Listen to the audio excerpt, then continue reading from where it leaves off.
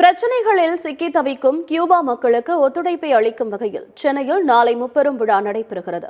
Marxist communist கட்சியின் Cuba ஒருமைப்பாட்டு தேசிய குழுவின் சார்பில் சோசியலிச கியூபாவை காப்போம், ஏகாதிபத்திய சதிகளை முறியடிப்போம், ஃபெடல் காஸ்ட்ரோ நூற்றாண்டை கொண்டாடுவோம் என்ற 3 கொள்கையை வலியுறுத்தி முப்பெரும் விழா நடைபெறவுள்ளது. சென்னை ராஜா அண்ணாமலை மன்றத்தில் நடைபெறவுள்ள இந்த விழாவில் முதலமைச்சர் மு.க.ஸ்டாலின் கலந்து கொள்ள உள்ளார். இவ்விழா குறித்து சேப்பாக்கத்தில் உள்ள பத்திரிகையாளர் மன்றத்தில் கியூபா ஒருமைப்பாட்டு குழுவின் மாநில தலைவரும் திரைக்கலைஞருமான ரோஹிணி செய்தியாளர்களை சந்தித்தார்.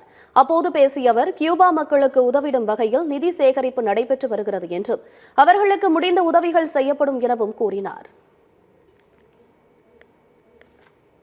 கியூபா ஒருமைப்பாட்டுக்காக நாங்கள் தேசிய குழு மாநிலத்தையும் சேர்ந்து நம்ம கியூபாவுக்கு நம்மளுடைய சப்போர்ட் தெரிவிக்கிற மாதிரியான ஒரு நிகழ்வு நாளைக்கு நடக்க இருக்கிறது.